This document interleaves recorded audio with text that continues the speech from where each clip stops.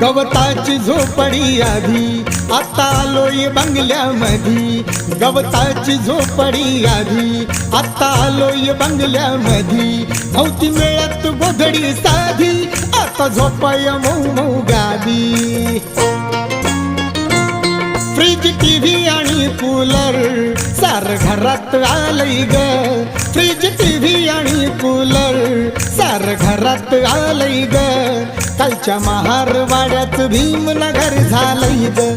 कालच्या महारवाड्यात भीमनगर झालंय ग. कालच्या महारवाड्यात भीमनगर